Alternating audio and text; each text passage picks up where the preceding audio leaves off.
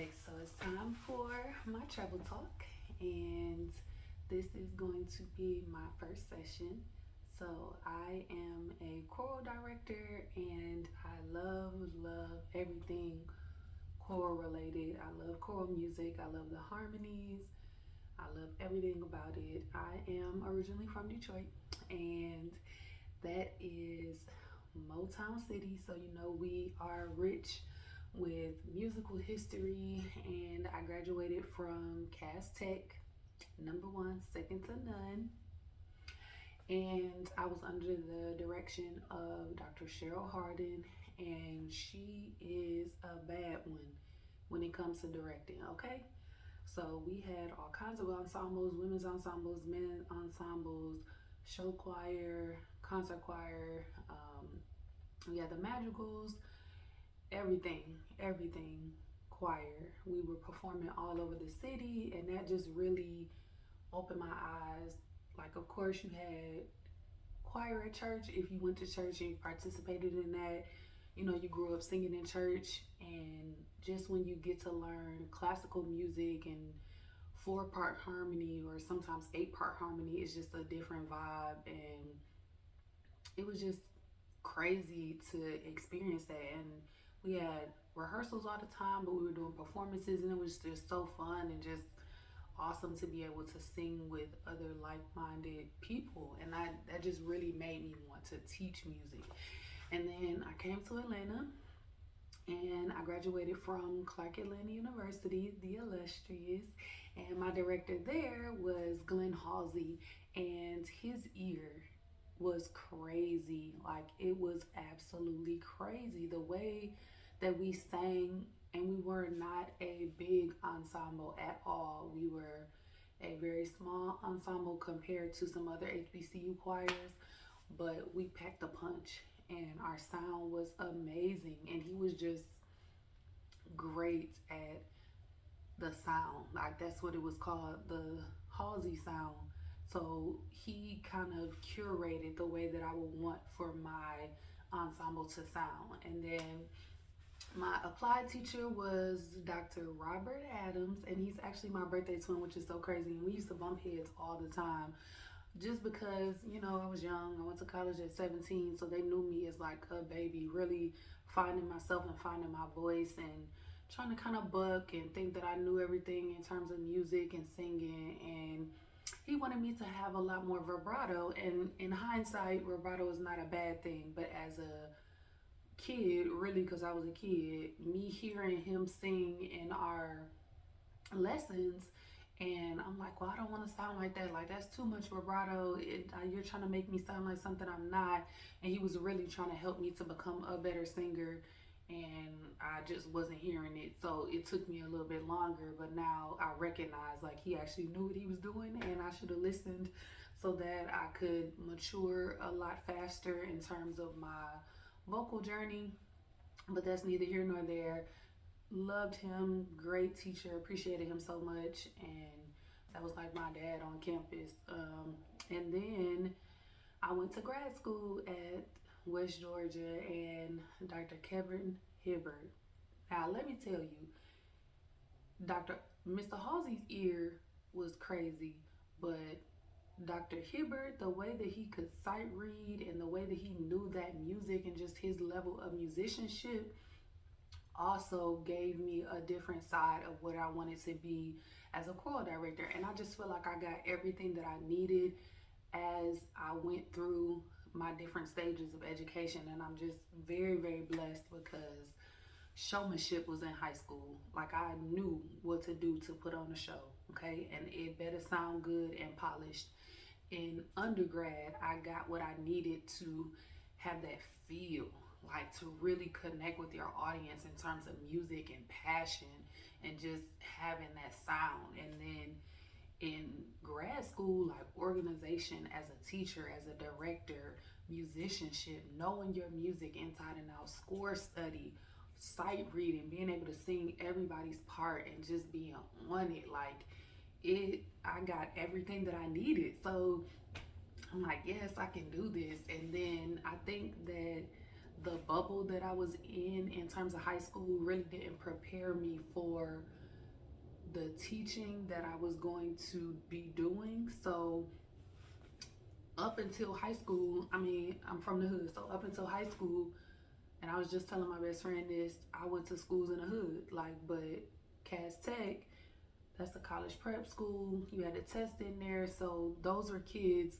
who were a little more disciplined in terms of academics. Those were your students who were supposed to be the cream of the crop from Detroit. So it wasn't neighborhood high schools. Like it wasn't what I was getting in elementary school and middle school and in the neighborhood and that type of stuff. Like it wasn't like that. If you fought at Cass, you was getting shipped off to your neighborhood high school. So it wasn't, we didn't experience those same type of issues as the neighborhood high school. So now me as a teacher in a Title I district in a school where kids are getting picked up by the sheriff for serious crimes, I'm like, dang, like I'm slick back in the hood, but I'm in a suburb. So it's like, all right, this is weird. So there were very, very talented students that I had, like all as I've been teaching, there have been talented students every year, but the level of discipline was not the same. The, how can I put this? The focus and the importance on education was not there for every student. So it's a little bit different. There were kids in my class quite often who didn't want to be there, so that kind of sucked as well. And for a student, I could see how that could be intimidating where you're the minority who wants to sing and do what you're supposed to do, or you're on the fence like, I might sing, I might not sing, like I might be swayed to do what I need to do, or I might go with these other people that are not doing what they're supposed to do. So it's kind of been an uphill battle in that regard, just trying to get kids who are in my class who want to be there and nobody else. So what's crazy is this semester I started off with a lot of kids who did not want to be in my class, and I was like, you need to get your schedule changed. Like go find something else. Go into ROTC, hitting them 1, 2, 3 turns or something else, because baby, this is not for you. Okay? So I finally have all classes where kids want to be there, and it's so much better. Like the atmosphere is so much better, and it's smaller classes, and the people up top probably hate that because you know they're trying to pack classes out for money purposes, and they think that you should have 40 to 50 kids per class, even though that has historically not worked, but whatever. So I have smaller classes, but I'm sure that my pass rate will be higher. I'm sure that these students will enjoy the class better because there are no other kids in there who are discipline problems, distractions, sucking the joy out of singing. So I'm just excited for this semester for the first time because this has never happened, literally never happened. And just teaching music just brings me joy. Like I love singing. I love teaching other people how to sing. I love hearing the harmonies. I love the performances and seeing where they came from day one to their first performance to their last performance. It's just something that I love so much. I love SATB music, but I also love TTBB music. Like in high school, I loved hearing the boys do their songs, and we were always trying to sing their parts. Like I could always sing tenor 1 and tenor 2, of course, but you know, baritone and bass of course was too low, but we'd always try to sing their parts and sing along and learn their parts on all the songs, because altos and tenors, we just, you know, gang gang, like what's up, harmony. So we really them guys, so we always clicked, we always trying to sing each other parts. And I just really love men's music, but SACB music is where my heart is, and I've actually just been kind of reminiscing on the music that we did at CAU. Come Thou Fount of Every Blessing. That song is so pretty. It's so pretty, and it's by Mac Wilberg, I want to say. The arrangement is just so pretty. I love it. Could bring you to tears. And in other episodes, I probably actually play snippets of songs, but yeah, just music is amazing to me, and teaching it. I have stories all the time from my students. Right now, we are singing Sia Hamba, and I mean, that's like a starter song for real, for most people, or you just kind of know it because it's very catchy, very cutesy song. Sia Hamba kukanyen kwenkos, Sia Hamba kukanyen kwenkos. So I have a student, and she's like, "What are you saying?" I can't. I'm like, girl, please, you can say these words. So she was like, how when did you learn this song? And I was like, what you mean? She was like, how are you saying it so fast? Like, how do you know what to say? And I was like, baby, at the bottom there's a pronunciation guide. I was like, I told you this. Like, if you see right here, it's literally telling you how to say the words. And she was like, I can't. I said, you can. So another student was like looking like, girl, please, like. So we're trying to figure out the words. So we say it slowly. We start off Siahambe kukanyen kwenkos. So she like playing dumb, of course. Siahambe. I'm like, baby, we're not gonna do this. So the other girl was like, maybe we should move on. So I'm trying to sing it to them in a slower tempo, and she's like singing it with me, and the other girl was like, maybe you should just let her sing it, like, right. I'm like, listen to me first and then you sing it. So she like, I can't. I was like, girl, we don't need this negativity. It's 8, 9 in the morning. Like, please, what you say you can do is what you can do. Okay, so if you say you can't, then you can't.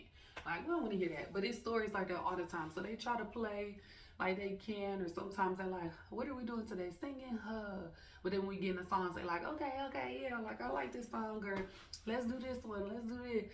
Like, I have a very interesting group of children. Every semester is stories all the time, but it's a great experience again because I just love teaching music. So learning all the different kinds of music, different composers, different genres. So I always try to teach my students at least one song that's in a different language each semester.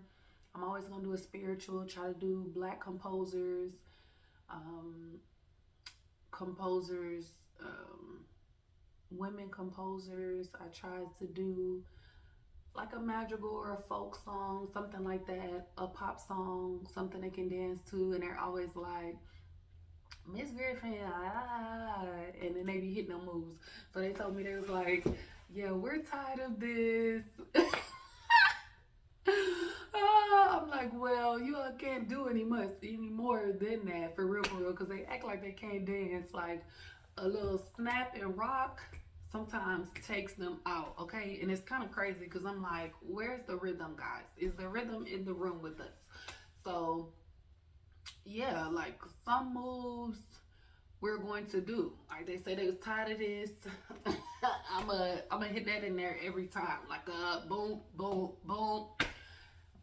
Some moves are going to stay because I can't do too much because you all act like you can't sing and dance at the same time, even if it's very simple moves. Like, I was telling a coworker of mine, like, I tried to do a jazz square and they looked at me like I was crazy. Like, a little kickball change. Like, what's, come on, we can't do a little like, they're like, oh my god, you're doing too much. I had them like switch lines before.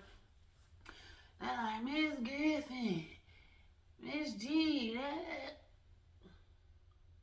I'm like, y'all better hit it. Like, I don't want to hear it, okay? Like, we're dancing to at least one song every time. I don't care. Like, I don't care. So yeah, I just try to expose them to as much as possible, get them in love with singing, because kids are not really singing that much anymore. They're just not. We're not going to church. We're not singing in the church choir. We're not singing in the car with our families. Like, I know all the old school songs because I'm in the car singing with my parents. Like, I'm listening to their music, I'm singing along. I'm not with headphones in on my own little music. Like, and then nowadays music isn't even melodic for real. Like there is no singable line in the music anyway. It's just a bunch of mumble rap. So even if you were listening to your own music before, it's still pitch like, what would I be without you?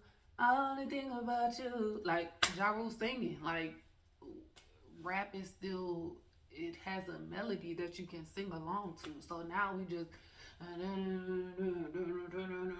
like there's no pitch for real. So kids are not singing, and it's definitely affecting the choral setting in school. Like music education is suffering because we're not putting our kids in musical activities anymore. We're not singing. We're not doing musical things. So just keep that in mind, because music is involved in every aspect of our lives. So we have to nourish that. We have to fine tune that, and yeah, that's what I'm trying to do every day, 5 days a week, and I love it. The ups and downs. Yeah. So next time I'll have some songs for us to listen to, and um, maybe sometime I'll do some videos with colleagues who are also choral directors or music teachers, and just talk about my experiences, the music that I like, some things that I do when I teach, all that type of stuff. And I hope you enjoy. I might also do a fit check. So this week is Founders Week. Well, it's Founders Day was this week, but the sorors at work, we only did Monday, Tuesday, and Wednesday. So that was the 12th, the 13th, and the 14th. And then one of the sorors was like, let's wear it all day. I mean, all week. So I'm like, sure. So today is Thursday. And this is my Thursday fit, my little boots. I think these are super cute. Tommy Hilfiger. Some little slacks, a little Burberry scarf, courtesy of my mother-in-law. She really be upgrading me. And my cardigan. And I feel like it's a cute little fit. My puff is puffing, and yeah. So I might do a little fit check here and there when I feel like I'm looking super cute, because actually it's late at night, and by this time I would have already had on my pajamas, because when I come in the house I immediately change into some house clothes. But I said, let me go ahead and be cute for this video, especially the first one. I can't be looking like a bum while I'm doing an introduction to something that I would like for people to see. So yeah. Right now we are working on our Black History Month program, and we are working on our large group performance evaluation songs. So that's when we prepare 2 songs and we have to sing them in front of judges, and then they have to sight read a 8-bar phrase. Well, it's not really a phrase, it's just an 8-bar example. So they have 5 minutes to look over these 8 measures, and then they get judged, and we get a score for both of those things. So those are both in February. So I am now preparing for that. I have majority 9th graders, but I have some 10th graders who had me, I want to say, a year ago. Well, of course, because they're only in 10th grade, but they didn't have me their entire 9th grade. So some of them are coming back. And then I have some 11th graders, some who had me last semester, some who haven't had me since their 9th grade year, some who haven't had me since their first semester 10th grade year. So it's a pretty new group, or a group that's going to need a lot of refreshing, but we're working. It's only week 2, and we've already made a nice little dent in our music so far. We've started working on sight reading, and it's promising. I just have to, again, get them acclimated to singing out loud. So they're still very timid, even in a choral setting. So, sometimes you have to just convince them, like when you get with other people and you're doing a performance, you're not yourself. Like you can transform into whoever you want to be, and just really get out there and do your thing. So yeah, that's where we are with it now. Tomorrow is Friday. I'm so happy. And Monday is Martin Luther King Day. So I will have that day off. Thank you, Jesus. And yeah. So I thank you for listening and for watching. And Let me know if you have suggestions for choral music. I normally do three-part mixed or SAB because I don't have a strong tenor and bass section right now. At the beginning of my career, I was able to do SATB music, but you know, our scheduling changed, COVID hit, yeah. So I don't have as many guys as I used to, and again, just the state of singing does not lend itself to a lot of boys for me right now. So hopefully that will change. So again, I do three-part mixed SAB, and right now I'm doing some SSA parts, and I'll have my few guys sing an octave lower, and yeah, we're gonna make it do what it do. All right, thank you all so much. Love you, and let's continue to make music.